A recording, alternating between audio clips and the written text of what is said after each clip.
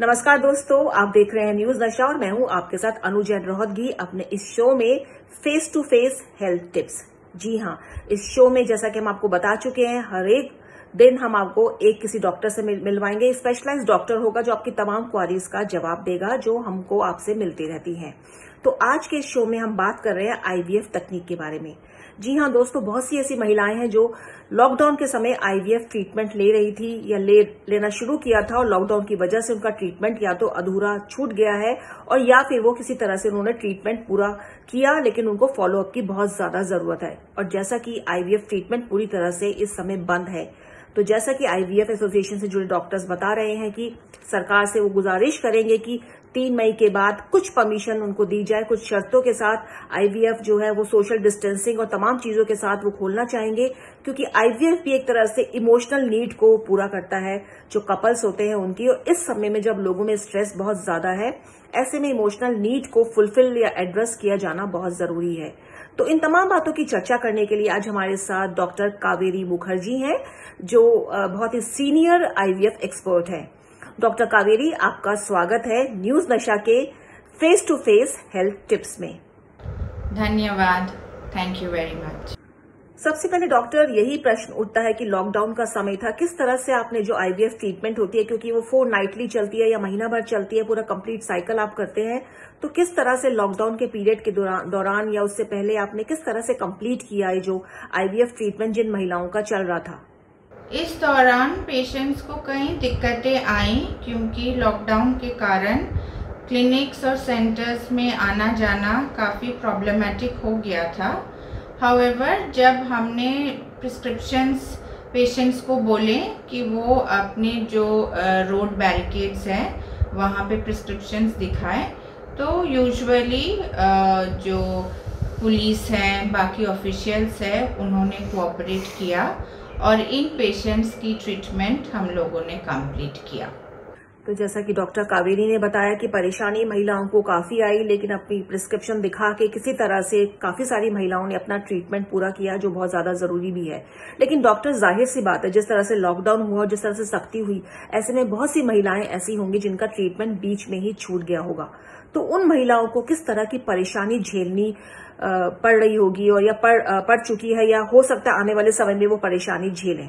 कुछ महिलाएं ऐसी हैं जो ट्रीटमेंट कंप्लीट नहीं कर पाई, किसी भी कारणवश वो सेंटर्स तक आ नहीं पाई और उनका ट्रीटमेंट बीच में ही रह गया।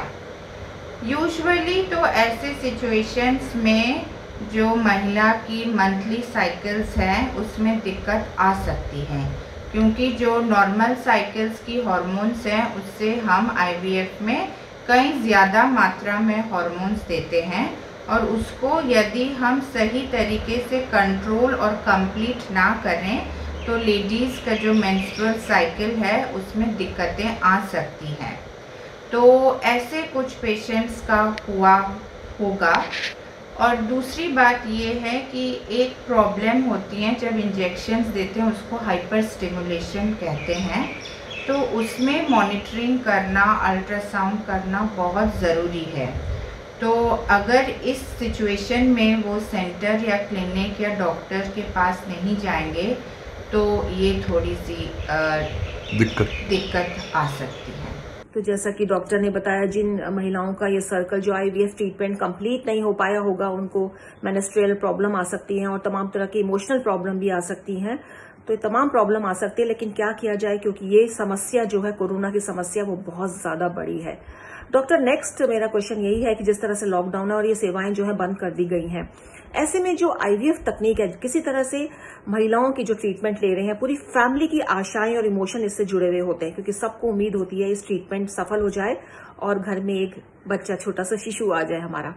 तो जैसे कि लॉकडाउन में ये बंद है, तो किस तरह से आप सोच रहे हैं कि सरकार से कुछ बातचीत की जाए कि इसको लिमिटेड सोर्स के साथ, लिमिटेड छोटे पैमाने पर शुरू किया जाए और स्ट्रिक्ट गाइडलाइंस के साथ शुरू किया जाए, जिससे जो महिलाएं जिनका ट्रीटमेंट अधूरा रह गया है वो कम से कम वो तो आकर के अपना ट्रीटमेंट पूरा करें, और जो कॉम्प्लिकेशंस महिलाओं को आ रही हैं, कई बार ट्रीटमेंट के बाद जो कॉम्प्लिकेशन आते हैं, एटलीस्ट वो ट्रीटमेंट वो एड्रेस कर सके। तो किस तरह की अपील आप सरकार से करना चाहेंगी? ये बहुत ही इम्पोर्टेंट क्वेश्चन है, क्योंकि अभी ऑलमोस्ट 2 महीने हो जाएंगे, 1.5 से 2 महीने, 3 मई तक, और सारे सेंटर्स में पेशेंट्स के कॉल्स आ रहे हैं कि डॉक्टर हमारी ट्रीटमेंट कब शुरू होगी। और जब तक ये लॉकडाउन बंद नहीं होगी पेशेंट्स सेंटर्स नहीं आ पाएंगे। तो मेरे हिसाब से पहले यूरोपियन गाइडलाइन आया था कि नया ट्रीटमेंट शुरू नहीं कर सकते, और फिलहाल ही 1-2 दिन पहले आया कि पेशेंट के कंसेंट के साथ प्रॉपर सोशल डिस्टेंसिंग करके आईवीएफ ट्रीटमेंट शुरू किया जा सकता है। तो मेरे हिसाब से 3 मई के बाद भी सारे जो आईवीएफ डॉक्टर्स की एसोसिएशन है वो सरकार से ये रिक्वेस्ट करेगी कि धीरे धीरे ये ट्रीटमेंट हम हमारे पेशेंट्स तक पहुंच पाएँ। तो जैसा कि डॉक्टर ने बताया कि बता रही हैं हमें कि यूरोपियन यूनियन के हिसाब से, एसोसिएशन के हिसाब से चलती हैं, और वो सरकार से अपील करेंगे कि बहुत ही स्ट्रिक्ट गाइडलाइंस के साथ इसकी शुरुआत की जाए, सोशल डिस्टेंसिंग और तमाम तरह के मेजर्स लेकर आईवीएफ जो है 3 मई के बाद जो सेकेंड लॉकडाउन खत्म होगा उसके बाद शुरू करने की परमिशन दी जाए।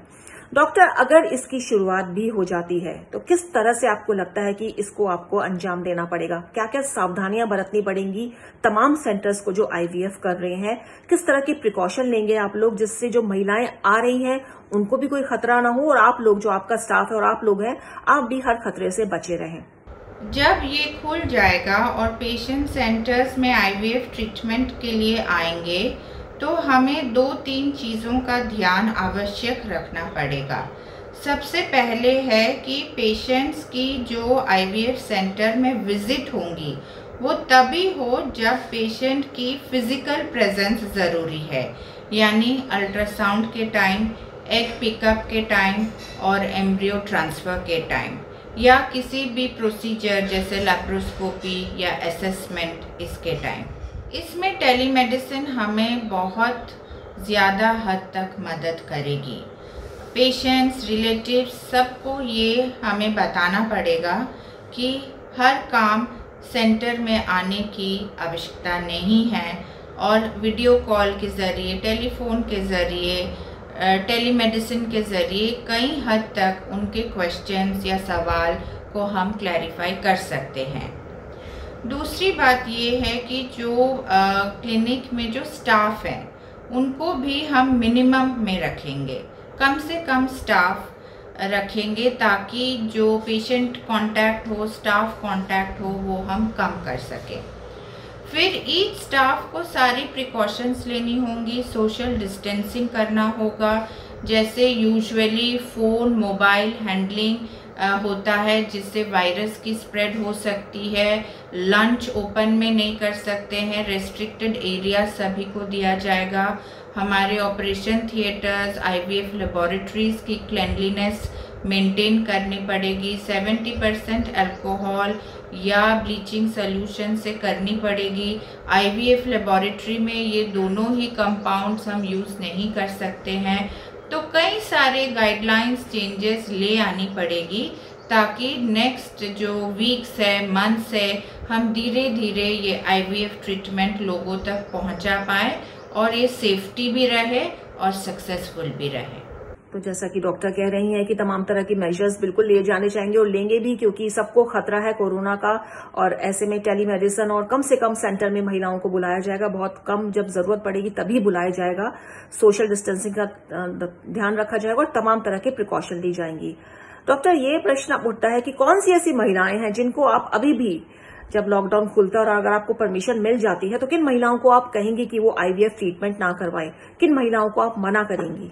अभी जैसे हम लोग धीरे धीरे आईवीएफ या फर्टिलिटी ट्रीटमेंट शुरू करेंगे तो कुछ महिलाओं को अभी भी हम ये ऑफ़र नहीं कर पाएंगे, और डेफिनेटली जिनको फीवर, खांसी, डायरिया या ऐसे सिम्टम्स हैं उनको तो हम ऑफ़र नहीं कर पाएंगे।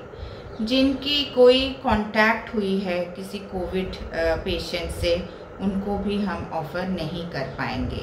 जो कि हाई रिस्क कैटेगरी के हैं, जैसे डायबिटीज़, इम्यूनो कॉम्प्रोमाइज़, जो स्टीरॉइड्स ले रहे हैं, जिनको आर्थराइटिस एक्सेट्रा की बीमारी भी है, इनमें भी हम IVF ट्रीटमेंट ऑफर नहीं कर पाएंगे। तो डॉक्टर ने ये बहुत ही अच्छा बताया है कि महिलाओं को मना करेंगी जो कोरोना से रिलेटेड कोई भी अगर उनकी हिस्ट्री है, किसी से मिली है या कई तरह की बीमारियां हैं उससे जूझ रही हैं, ऐसी महिलाओं को वो ट्रीटमेंट के लिए बिल्कुल मना करेंगे IVF में, तो उनका ट्रीटमेंट नहीं हो पाएगा।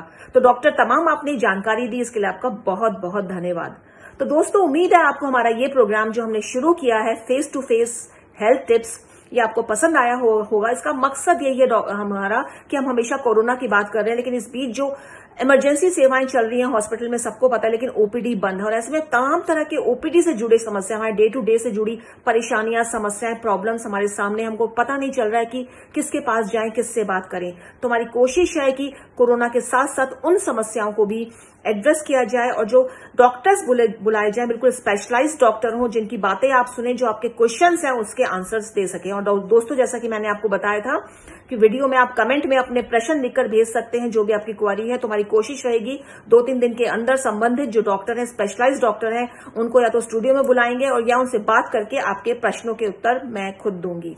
तो दोस्तों, हमारे इस प्रोग्राम के साथ आप जुड़े रहिए और face to face health tips का मकसद ही आप तक है, घर तक बिल्कुल डॉक्टर को पहुंचाना है और आपकी समस्याओं को दूर करना है। और उम्मीद है आपको यह हमारा प्रोग्राम पसंद आया होगा। इसके साथ ही मैं आपसे विदा लेती हूं, फिर मिलेंगे एक नए डॉक्टर के साथ, एक नए विषय के साथ। तब तक आप देखते रहिए न्यूज नशा, आदत हर खबर की। और आप हमसे जुड़े रहने के लिए सब्सक्राइब करें YouTube पर, फॉलो करें Twitter पर और लाइक करें Facebook पर। और ज्यादा जानकारी के लिए न्यूज नशा की वेबसाइट पर जाएं। आपको टाइप करना होगा सिर्फ न्यूज नशा।